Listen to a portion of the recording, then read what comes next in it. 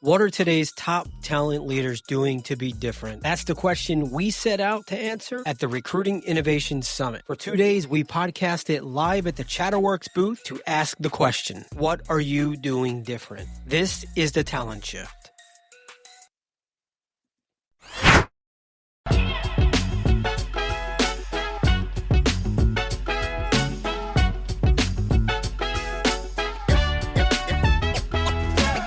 Hey, this is William Tincup and Ryan Leary. What's up? And we have Chris with us. Chris, do us a favor, do the audience a favor, and introduce yourself. Yep. So my name's Chris Cabe. I'm a recruiting team lead for Capstone IT, which is a IT staffing and solutions firm based in Omaha. Also have offices in Kansas City and Salt Lake City. Been there about 6 years. Before that, spent a couple years doing internal talent acquisition. And then, really thought I was going to be the next Nick Saban in college football, and 100%. then fell into recruiting. So From Nick Saban to Dude, recruiting. yeah. I don't think Nick Saban knew Nick Saban was going to have, and I went to Bama. I don't think he knew that he was going to have that career at Alabama. Yeah, I don't think anybody did. No, we didn't. When he was first hired, it was Luke Warm. Yeah. I mean, we had been through, since 92, I think we'd been through 9 head coaches. Yeah. So I was in Alabama. I like to tell people, so I'm an Alabama fan the hard way. My mom forced it on my brother 100%. and I. And I like to tell people that I was a Bama fan when it wasn't cool. I lived through the Mike Price using a company or a school credit card of various establishments and stuff like that. So I've lived through it all. Oh, I've been right there with you. I was there in 91, 94. And 92 is our last championship before the 2008, 9, once the run started to happen. So that 15 years of the wilderness. Yep. Yeah. There was one coach, it might have been Price, who never actually started. He got hired. It was Price. And then we had Shula, who cheated and still couldn't win football games. Franchione. Yeah. Yeah. This is why I don't like college football. Oh, my God. There's too much drama. It is epic. Yeah. Epic. Okay, so what'd you do before IT staffing? So I actually used to work in college athletics and college football. So I spent time at the University of Central Missouri. Yep. And then spent a little bit of time at the University of Pennsylvania in the Ivy Leagues. So. Oh, wow. On their football team. In the football programs? Yeah, on their football staff. Yep. Got it. Recruiting? Yep. So I was an assistant director of football operations at Penn, and then was equipment manager, football ops person at Central Missouri and stuff like that. So managed a lot of recruiting, a lot of operations type stuff. Joe Powell, was he there at the time, or is this after? So that was Penn State. Oh, well, yeah. But people still called you upset University. about Joe Pa. Yeah. Yes. Yeah. While I had nothing to do with that. Yeah. You UPenn. Yeah. You're a UPenn. Uh-huh. That's in my neck of the woods. Yeah. Yep. Yeah. Lived in Philadelphia for a little while. Loved it. My wife at the time was going to PT school and was in Chicago and traveling for her clinicals and stuff like that. So I got to live by myself in Philadelphia and made absolutely no money, but spent everything I had. But it was awesome. Did you fall in love with Philly sports? I was like, I can't pronounce. Well, yes. So that's my second team now. Is the Eagles. But being in Kansas City, I'm a Chiefs fan. So wow, you had a real dilemma. not really. It's been the Chiefs. So. Okay, all right. Been a fan of theirs for much longer. Yeah, that's fair. But if it was the Eagles playing some other team, yeah, I would have been cheering for the Eagles. No, fantastic. See, you don't That's get fair. that in Philly. No, We wouldn't say, yeah, Kansas City is my second team, and if they're playing somebody else, no, they're still going to lose. yeah, no. I think the closest was after they won their Super Bowl, and then Andy went. I think there was still some. Okay, well, at least Andy got his Super Bowl, but we were ours. Okay with that. Yeah, we were okay with that. After the first, we were good. Second, third, fourth, 10th, we were like, no, enough. You Stop couldn't hoarding. have done that here. Stop hoarding. Yeah. Well, he got to the championship game, 4 years in a row? Yeah. Yeah. What the fuck does that do? yeah. There's no trophy, no I'm just parade. saying. Yeah, that's I'm what I had just saying. to. I had to explain that lesson to my kids this year when they were upset that the Chiefs lost. I said, sometimes you got to share your toys. The Chiefs have to share Super Bowl trophies. Yeah. I think that's only fair. Oh. I bet on the Chiefs because until Mahomes shows that he's human, Yeah. he hasn't shown up until that the Eagles win. He hadn't shown that he's human. I still thought he was a robot. So it's like, okay, until he shows that he's human, you got to go with it. Oh yeah. I'm telling you, up until I think there was about 45 seconds left in that game, I was still trying to justify in the back of my head. I was like, well, if the Chiefs did this, they got an onside kick, and then like 3 more, we're back in this thing. We felt the same way. Going into the last quarter, like, that's not over. Well, that's all since the Patriots and the Falcons. The Patriots being down, 33 points or whatever it was, and them coming back. Yep. There's nothing safe. Yeah, nothing Nothing safe at all. So you get nervous. But I like the Eagles, even though I'm a Cowboys fan. I'm sorry. I like it's okay. A long time I'm not. I'm good. Because they ban both of you fuckers. You can't be Eagles fans and be a Dallas fan and a Chiefs fan. Yeah, you can. And because this is why they've drafted Alabama players. Yeah. And I care more about Alabama than I do the Cowboys. Yeah.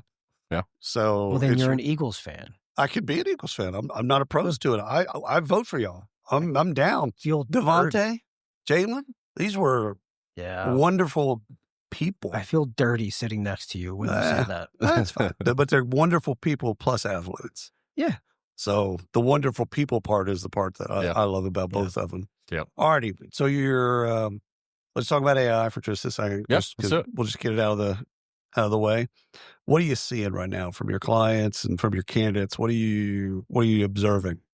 Great question. It's I feel like we're doing the gold rush out to California, right? Everybody's trying to run out there. Everybody's trying to have the next latest and greatest tool technology. I think I get calls every day from X, Y, and Z company that just started, and they can eliminate time to fill. Oh, yeah. They can evaluate candidates faster, and you only have so many hours in a day, so many minutes in a day, and so it's trying to kind of weed through the noise, trying to understand like what's going to actually be most effective. And the nice thing about what we do is we work with a lot of hiring managers and clients that we've got great relationships with, that we're able to talk with them about, hey, we've actually worked with this tool, we've tried this, it didn't really work for us, here's why.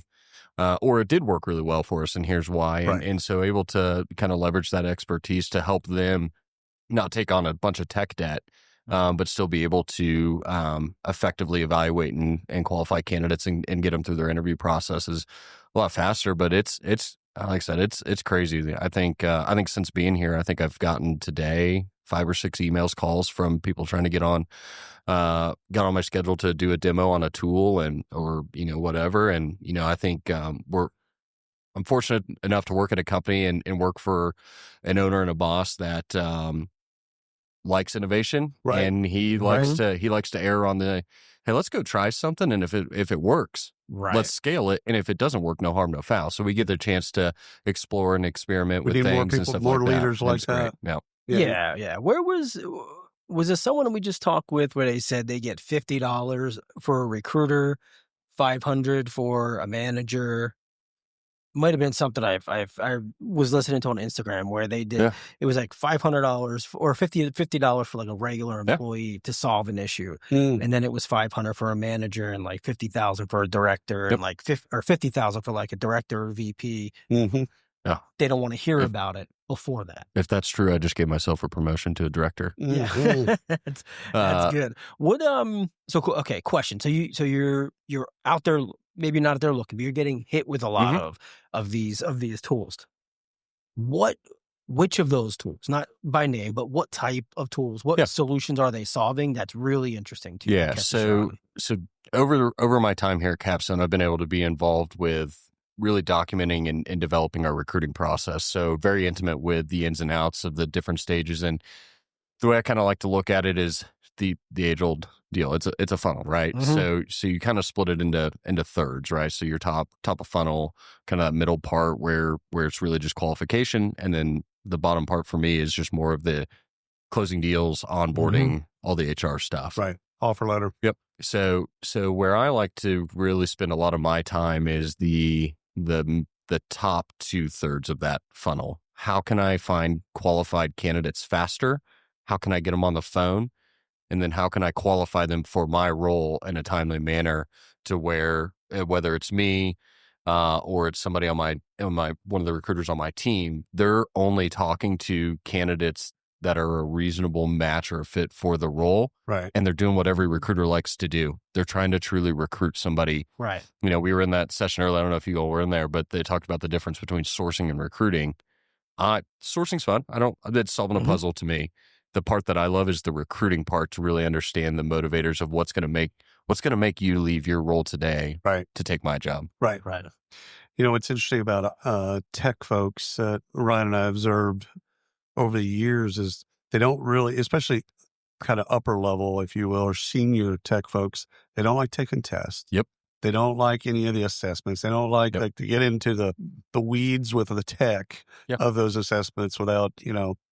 I've seen scenarios and plays that do some tech scenarios that they like. Yep. Because it's like a game. Can you play this game? You know. So we get that a lot. So we'll fill roles all the way from entry level roles all the way up to we've hired senior leadership, pretty high level folks. Right, depending on how hands-on the person is, we'll kind of take one to two approaches. If they still need to be hands-on, we still want to get an evaluation on, all right, can you still write code in this language? Can you do this?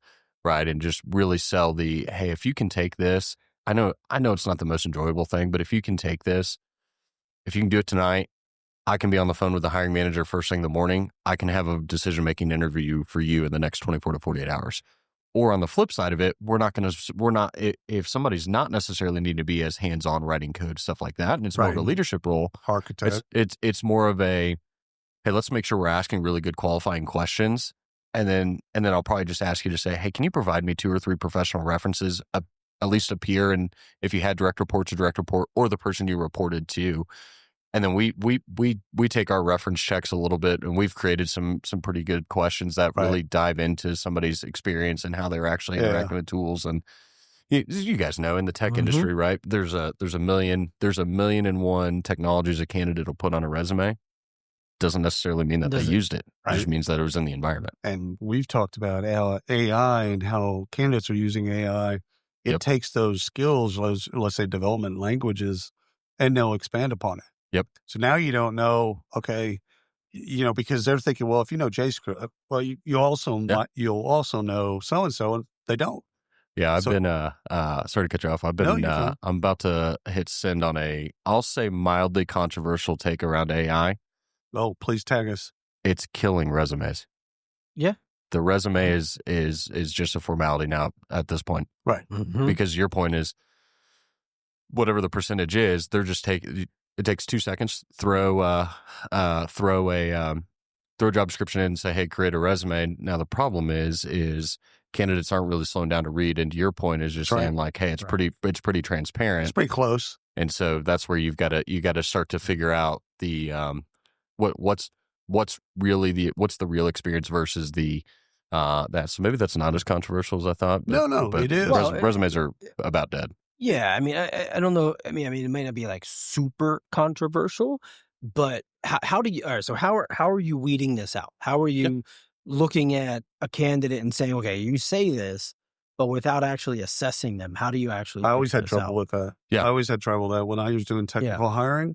So it says HTML. It just dates me. It says HTML. Can you hand code HTML, or do you have to use a WYSIWYG? Yeah. Like, you know, just basic stuff. Yep. Like, okay, can you do this? Like, I need to know, because tech skills, there's a breadth and a depth to them.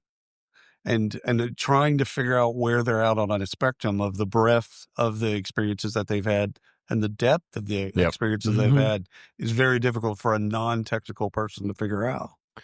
That's the $1 million question, right? Especially when you have, you know, COVID, right towards the end of it, you had a lot of recruiters being hired, a lot of new to recruiting, a lot of people being hired in the tech space specifically. So in an effort to ramp up, right, everybody's like, hey, I just got to get bodies that can pick up the phone, that can call candidates and play Pictionary is what I like to call it. Is like, all right, Java's in the job description, Java's on the resume. But now I got to start asking questions on, okay, so you're using Java. What was the application you were doing? Which version were you actually using? And you start to kind of just start picking away and pulling out a thread. And be a little bit of a detective. When was the last time you used it? I mean, when was the last time you cracked it open, you used it on a project? Because sometimes people with Java experience, it's like, I worked in Java for 9 years on one project. Yep. Boom. Great. But they don't have 90 projects in Java. Right. So Just it's the one. like, which one are you? Yeah. And that's skill by skill by skill. All right, last question. You're here at Recruiting Innovation Summit. Yep. What do you hope to get out of the conference? Yes, I've gotten actually quite a bit out of it just out of day one, right? So had a chance to sit in on the recruiting leadership seminar earlier. I thought that was good, and really just continuing to stay on the AI trend and really see what other people are doing, what other people are seeing and running into and stuff like that. I thought it was a great way to start the day off with the seminar that recruiters are getting replaced. That was fun. But no, I think it's just, what tools are other people using? How are they using? What are people having success with, right? Because the nice thing about what I think recruiting has kind of evolved, at least in my time so far, has been it used to be nobody shares trade secrets, nobody wants to do anything, and now it's a lot more of, well, hey, what are you seeing? Like, I'm actually using this tool and having success, and there seems to be a little bit more of the maybe it is that fear of everybody's like, hey, we got to figure out how to make this thing work for everybody, or we're all going to go down with the ship. So, I think to me, I think it's just that is, networking with people, seeing what other tools, what people are using that has success, and taking that back to the team that I have, and Drops mic, walks off stage.